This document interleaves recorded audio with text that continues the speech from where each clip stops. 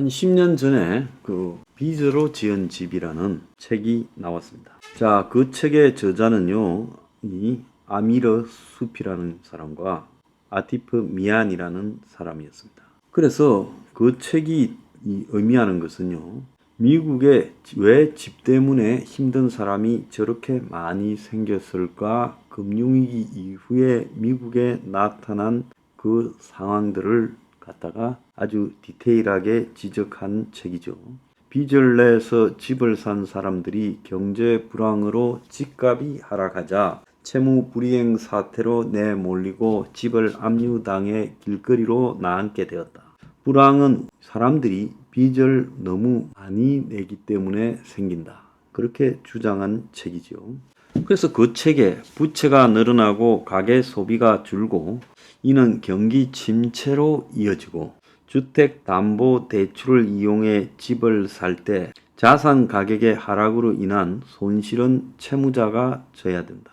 어떤 사람은 저축해서 모은 돈 2억에 8억의 대출을 더해 10억짜리 집을 샀는데 주택 소유자의 순자산 가치는 2억이고 순자산이라는 것은 총 자산에서 부채를 뺀 나머지가 지금 순자산이죠.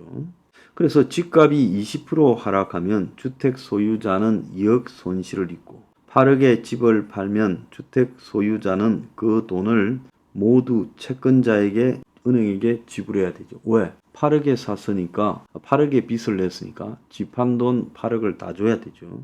그러면 채권자는 원금을 그대로 돌려받지만은 그런 이 주택 소유자는 전 재산을 날리게 되죠. 그래서 미국에서 2006년부터 2009년 사이에 미국의 전역의 집값이 한 30% 떨어졌는데 집값 하락은 순자산이 적은 가계에 가장 큰 충격을 주는데 레버리지 성수 효과라는 게 있어요. 자, 레버리지 성수라는 것은 집값이 하락할 때 레버리지 얼마나 차입했는가에 비례해서 순자산 손실이 커진다는 거예요. 그러니까 10억짜리 집을 8억 대출 2억 순자산으로 산 주택 소유자의 주택담보대출 비율은요 80%예요. 그러니까 집값 대비 부채가 집값이 10이고 부채가 8이니까 주택담보대출 비율이 80%라는 거예요. 그런데 집값이 20% 떨어지면 집값이 8억이 되고 갚아야 할 대출은 여전히 8억이니까 주택 소유자의 재산은 제로가 된다. 자, 그래서 지금 2억 돈이 있던 자기 돈이 있던 사람의 순자산은 100% 감소한 거죠. 그래서 20% 집값 하락이 100%의 순자산을 변화를 갖고 왔기 때문에 레버리지 성수가 5가 되는 거예요. 그러니까 집값 하락의 5배로 순자산이 크게 변한다는 겁니다. 그래서 집값 폭락과 결합한 과도한 부채는 이미 크게 벌어져 있는 부자와 가난한 사람의 격차를 더 크게 벌려놓고 가난한 사람들은 원래 가난했는데 이들은 집값의 폭락으로 그나마 가지고 있는 모든 것조차 잃어버렸다. 이들이 진 빚이 일으킨 레버리지 성수 효과가 이들의 순자산에 직접적으로 타격을 가했다. 그래서 금융권은 자기의 지금 돈을 다 받았는데 가난한데도 불구하고 빚을 내서 집을 산 사람은 자기가 가진 모든 것을 다 잃어버린 거죠. 그래서 이게 빚의 근본적 특징이라는 것이죠. 빚은 정확히 가장 가진 것이 없는 계층에 엄청난 손실을 입힌다. 상대적으로 부유한 계층은 보유 자산의 우선 청구권으로 손실을 적게 입고 오히려 상대적인 기준으로 보면 상황이 개선된다. 그래서 많은 사람들이 소득의 부의 불평등 추세를 논의하지만 빚이 이것에서 하는 역할을 간과하고 있다. 빚에 과도하게 의존하는 금융 시스템은 부의 불평등을 악화시킨다. 자, 요렇게 말을 했습니다. 자, 미국이 2000년대 초에 기술주라고 벤처 IT 기업들의 거품이 꺼졌어요. 그래서 미국 가계의 금융 자산이 2000년부터 2002년 사이에 5조 달러가 주식 가격 폭락으로 줄어들었어요. 자, 이 수치는 주식 하락으로 인한 손실 5조 달러는 집값 하락으로 인한 그 이후에 자산 감소 총액과 똑같다는 겁니다. 그러니까 IT 버블 때 5조 달러, 그리고 그 이후에 금융위기 직전에 5조 달러의 손실이 있었는데 기술주 주가의 폭락에도 불구하고 가계 지출은 같은 기간에 5% 증가했어요. 그런데 집값 폭락은 그것과는 전혀 다르게 작용했다는 거예요. 그래서 2000년대 초반에 기술주 거품의 붕괴가 가계 소비 지출에 영향을 미치지 않고 오히려 5% 증가시킨 반면에 미국의 주택 시장의 대침체와 거품 붕괴 이후 미국의 소비 지출의 엄청난 감소로 이어졌다는 거예요. 왜 그런가 하니까 한계 소비 성향의 차이로 설명할 수 있다는 겁니다. 그러니까 미국의 기술주라고 하는 벤처기업 주식을 보유한 사람들은 차입이 거의 없는 최상위 부자들이에요. 당시 미국 순자산 기준 상위 20%가 90%의 미국 주식을 소유하고 있었어요. 자, 그런데 이들 계층이 가지고 있는 차입의 비중은 6%밖에 안 됐다. 100달러의 자산이 있으면 그 중에 6달러만 차입이었다는 거예요. 그래서 레버리지, 차입이 적은 고소득층은 자산에 대한 한계 소비 성향이 낮아서 일정한 자산을 주식가 폭락으로 잃어도 별로 타격 안 받고 손 들고 잃었네, 또 열심히 일해서 벌면 된다, 이렇게 한다는 겁니다. 그런데 부채 증가 없이 이루어진 주식 투자와 부채를 증가시켜서 부채로 이제 만든 주택 투자의 차이, 그리고 그것이 경제 침체에 끼친 영향을 보면 후자가 훨씬 컸다는 거예요. 그래서 미국의 기술주 거품 붕괴와 주택시장 거품 붕괴를 비교함으로써 교훈을 얻을 수 있다는 거예요. 그래서 높은 레버리지의 자산 급락이 결합해서 소비의 급격한 축소를 가져오면서 불황으로 이어진다는 거예요. 그런 내용들을 언급한 것이 빚으로 지은 집이라는 책입니다. 자, 그 저자 중에 한 명이었던 아미르 수피 시카고 대학의 교수가 어제 전미 경제학회 기관 한국과 중국의 주택 가계부채 경기 사이클이라는 논문을 발표했어요. 우리나라의 가계부채 상황에 대해 썸뜩한 경고를 냈는데 한국의 국내 GDP 대비 가계부채 증가 폭이 금융위기 직전의 미국 부채 증가와 맞먹고, 그리고 DSR, 그러니까 가계의 총부채 원리금 상환 비율이, 그러니까 1년의 총소득 대비 원리금 상환 비율이 DSR이죠. 이 DSR 증가 속도가 금융위기 직전 세계 상황보다 더 급격하다는 겁니다.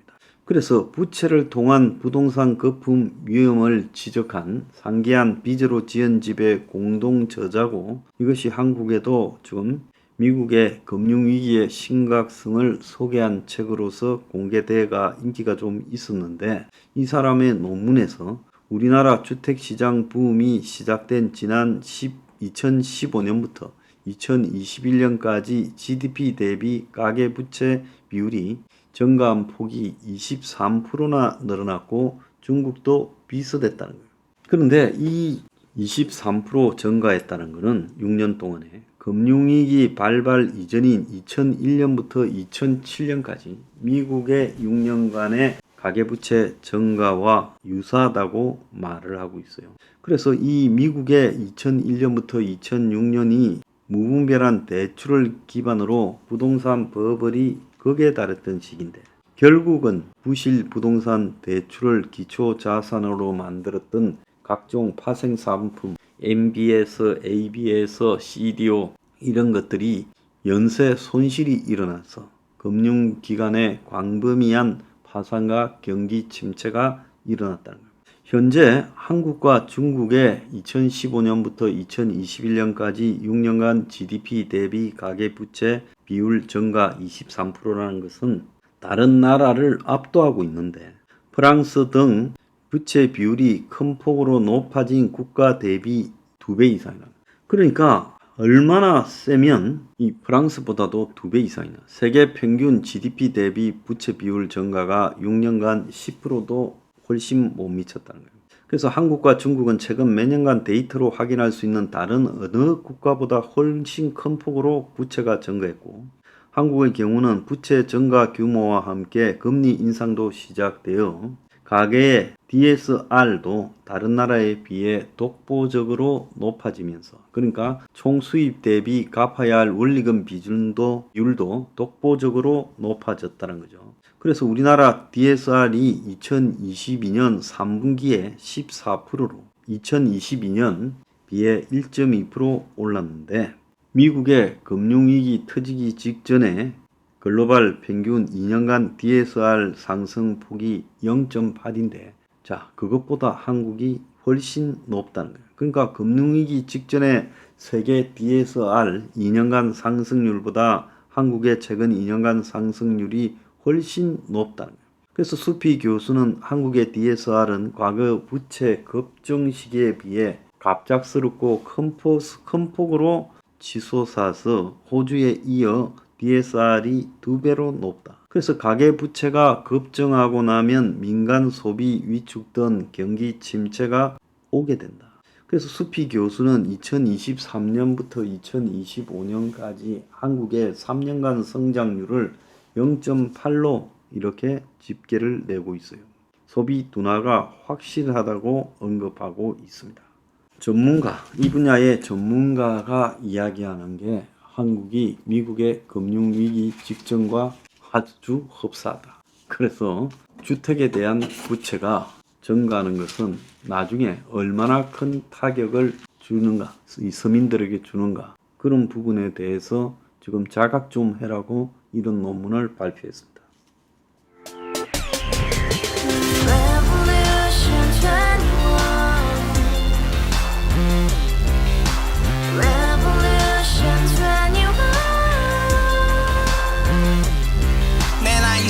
월세 30 코인빚만 300 서울에 온 지 벌써 10년 아둥바둥 버텼지만 여전히 난 반지 하에 제왕 곰팡이 연문제약 내비랑 깡통망통 완전히 폭망 고시원 창문만큼 작아진 내 꿈 연애 결혼 내 집 모든 게 헛꿈 1년 전 떠난 여친 울며 말했지 같이 살자 평생 가본 게 꼬꼬꼬라지 가봐 후스 700 나도 소유주 가봐 후스 700 나의 소유주 택시기사 우라부지 마트 캐셔 울어문니 우리 집안 다 털어봤자 후줄 그래 개선민 내 미래 거기서 팍 끝난 거지 팍 더 이상 노력 따윈 괴물이 스펙 찾아서 말리 비오는 날 알바 잘려 맨날 학원 날 개쳐 발려 밤비 내리는 양화대교 홀로 걷고 있을 때 현수막에 아로 새겨진 평당 700짜리 아파트 다같이 소리 질러 혁명 21 가봐 후스 700 나도 소유주 가봐 후스 700 나의 소유주 Together in the house, brand new day, and your dream had just begun. Revolution 21, only open happiness.